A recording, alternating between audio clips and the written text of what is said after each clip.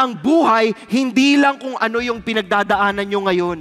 Kahit kayo ay naghihirap, kahit kayo po ay may pinagdadaan ng mga problema, may pinagdadaan ng sakit at pagsubok, hindi dito natatapos ang kwento.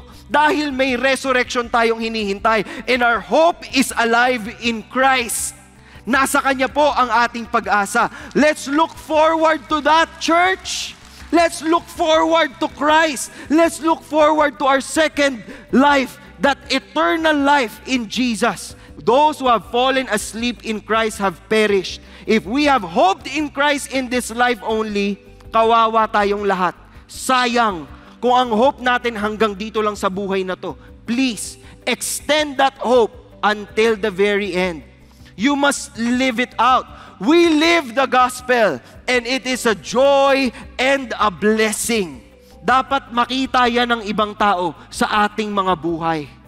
Kayo ba, natutuwa kayo na kayo ay saved? Na kayo ay welcome sa kingdom ng Panginoon? Natutuwa ba kayo na binayaran ni Lord yung mga kasalanan natin? At kung natutuwa kayo, dapat may mga taong nabibless sa inyo. May mga taong nakaka-experience ng pagmamahal ng Panginoon mula sa inyo papunta sa kanila. Are you sharing the love of Christ?